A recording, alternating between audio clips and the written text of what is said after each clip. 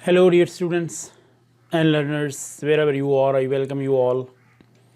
As you know, my name is Masood Alam, and I am here before you once again, and today's topic is themes of Preface to Lyrical Ballad. So dear students, just we move towards our main themes, the themes of Preface to Lyrical Ballad. Okay, I have constructed some of the slides, and I will read the slides, and then I will explain before you the themes. As all ballad deals with introduction to his poetry, it deals with some subject matter of poetry, the style and language of poetry, and the place of meter, the nature of poetry and poetic process, the nature, gifts, and foundation of the poet, relationship between poetry and science, and the matter of taste and creation of the taste. Now, first thing is the style. This is style and language. Style and language of poetry and the place of meter. So that in this topic, we will discuss what kind of style should be according to Wordsworth, and what kind of language should be used in poetry, and what is the place of meter. This is one thing that I will discuss before you as a theme of Preface to Lyrical Ballad. The other thing is nature of poetry and poetic process. What should be the nature of poetry? Whether it should be linked with natural beauty, with the emotions, with passion of the people, and how the poetic process will move on. The nature, gifts, and function of the poet, the relationship between poetry, and what is the relationship between poetry and science, and what is the taste, the matter of taste and creation of the taste, and how can we develop the taste of the reader, because reader is the basic person for whom the poetry is going to be or literature is going to be written. If the reader does not find any kind of attraction and any kind of taste for him, just he will leave that he will leave that genre, whether it is in form of poetry, whether it is in form of novel, whether it is in form of drama or fiction. He will leave that thing aside because that thing is of no use for him, or we can say that it has no it did not create a taste for reading. So the reader will just leave that thing aside. So according to Wordsworth, what should be the taste, and how the poetry should create taste for the readers. Now we come towards the second slide. Okay, we can say undoubtedly that Preface is rich with themes. It raises a lot of questions and problems on our mind. It is impossible to find out all the answers of the question. Definitely there are many questions. Many questions can be read because questions vary from person to person and reader to reader. If there are 3 to 4 person or 4 to 5 person just reading Preface to Lyrical Ballad, and after if you will ask those questions, those persons, what kind of themes did you find in the poetry or in the Preface to Lyrical Ballad, I think they will discuss something according to their mind, and their discussion and their findings will be different from one person to another. So here first point is that we are, as a theme we are going to discuss, dear students, that is the Wordsworth revolt against. Now what is revolt? One should we keep in mind, dear students, that the lyrical ballad have 4 stages. The first First volume was written in 1798, the second was in 1800, the third was in 1802, and the fifth and the fourth was written in or published in 1805. So the preface to lyrical ballad was published in 1800, and in this period, because it was their second edition, second publication, preface was written. And what was the time? What was the time in which Wordsworth wrote this preface to lyrical ballad?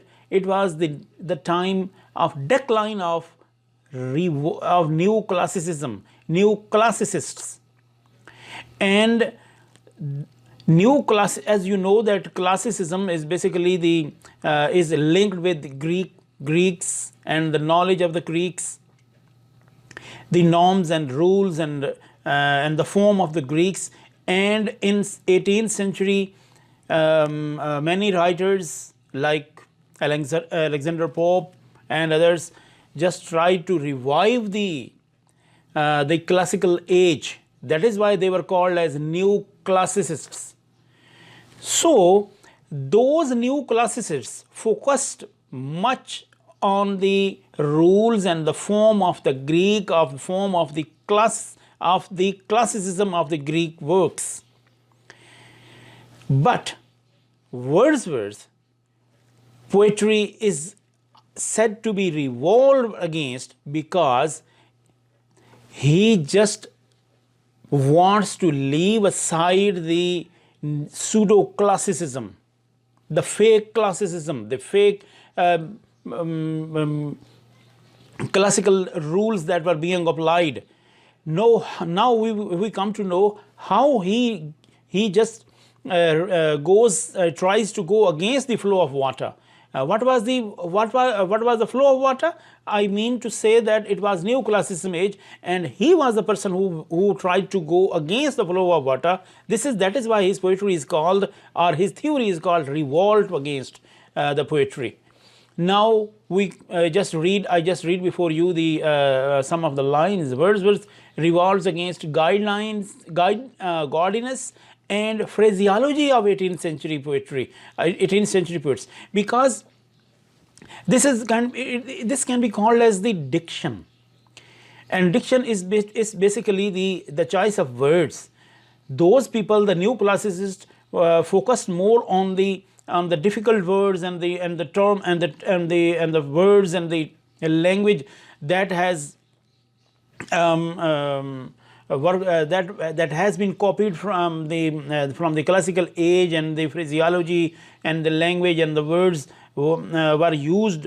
Difficult words were used that was not for the common people, for the laymen. So that is why he says that Wordsworth revolts against gaudiness and phraseology of 18th century poets. They use such a language which is vague and unfeeling, according to Wordsworth. This is the main point that I want to discuss, and I has discussed with you earlier, that they use a language. This language was language for the literary persons, or you can say that the upper literary class or upper urban class. And for the layman or for the rustic people, for the common people, there was nothing in it. They want to just glamorize with diction that to impress others, and they want to use different vocabulary or the difficult words just to impress the readers or impress the critics. That is why their writing, according to Wordsworth, did not create any kind of interest or the taste for the layman, for the rustic people. That is why here Wordsworth says that they use such a language which is vague and unfeeling, according to Wordsworth. Poetic language should not be complicated. This is the one main point that is the theme of Preface to a Lyrical Ballad. Or you can say that this is the theory of lyrical ballad, of the writing of Wordsworth. Poetic language should not be complicated. as it is made for the common men. So language should be such which is used by men, by common men. Poetry should not be confined in special language. This special language was used by new classicists, whom Wordsworth called as pseudo classicists. It is a matter of communication, because language is a matter of communication. There is no need to, according to Wordsworth, there is no need to use some difficult words or difficult vocabulary, because why are you using difficult vocabulary? If you are using difficult vocabulary to impress people, this is not a great thing to do. This is the explanation that I am going to discuss or put before you, because this was the main theme of Wordsworth, writing or poetry or prose. Now we come towards the other slide here. The poet must know how to communicate with the readers. His subject should be simple and plain, so that poet easily can communicate with the readers. The subjects of his poetry are taken from humble and rustic life. Rustic life is basically the life of the village, because he gives more importance to feelings rather than actions. An ordinary element of rural life can make a serious poetry. This is the second thing, that you are just ignoring the rural life, you are ignoring the urban rustic life, and you are focusing more on urban life. That is why here the second thing is that your diction should be simple, and here the first thing is that your language or diction should be simple, that can be understandable for the common people. The second thing is that most of the people that live, 70 or to 80% of the people in that time also live in rural areas, and the people were rustic, people were simple people, laymen, and he just wants that instead of putting more stress on the urban life and urban people, you should just divert your attention towards the rustic life and the rustic people and rustic life, rural life, because the passions, emotions, and feelings find a better soil in which they can gain their maturity. This is here we can find the glimpses of being nearer to nature. Okay, students, now we come towards our next slide. The next slide is the poet must know how to communicate with the readers, and his subject should be simple and plain, so that people easily can communicate with the readers. As I have already told you, that Wordsworth's main focus was on simple usage of simple language, usage of simple diction, that can be understandable for the rustic life, for the rustic people, for the layman. The subject of his poetry are taken from humble and rustic life, because he gives more importance to feelings rather than actions. An ordinary element of the rural life can make a serious poetry, and because the passions and emotions and feelings find a better soil in which they can gain their maturity. According to Wordsworth, the main aim of poetry is to give pleasure, and if the poetry has some difficult words and that are not understandable for the common people, then it will not give pleasure to the people. So he focuses on the aim, and the aim should be to give pleasure to the common man. Here the poetry is a serious affair, and the pleasure is not an idle amusement. The pleasure of poetry means acquiring knowledge and better understanding.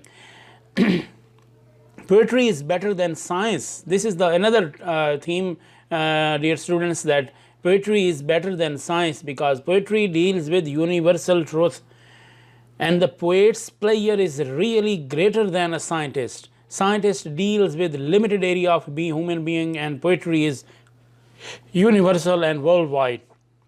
So it has no limit. It can spread its wings wherever it likes. So this is another theme, that poetry is better than science, and because science has a limited range to effect but poetry has a universal effect. So he says that it can spread its wings wherever it likes. Now we come towards the next slide, and the next slide is the poetry is the spontaneous flow of powerful emotions and feelings recollected in tranquility, according to Wordsworth. This is the definition of poetry according to Wordsworth. So according, if we read between the lines of this definition of the poetry, we come to know what kind of theory and what kind of ideas Wordsworth have regarding the poetry. Because emotions and passions and feelings, and those feelings and emotions are spontaneous. So poetic process begins with the process of calm contemplation of some emotional experience of the past, and the excitement is aroused in the mind of poet gradually, so that the poet seems to the original emotion is not exactly the same, but is kindred to the original emotions experience. Kindred means related to, that has assigned a certain relation with the emotions experienced. This is the I can give you the example of Wordsworth's poem Daffodils. This is basically the kindred emotions. Whenever he says that while seeing the daffodils, he has gained a lot of pleasure and a lot of peace and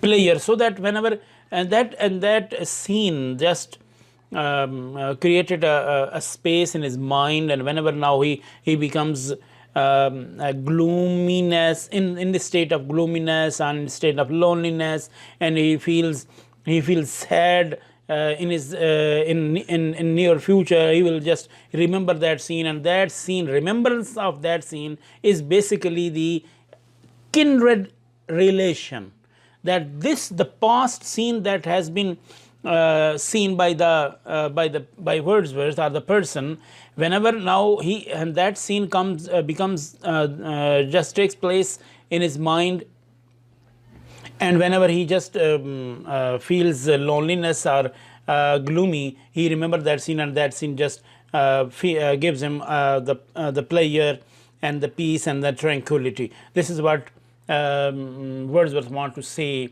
here.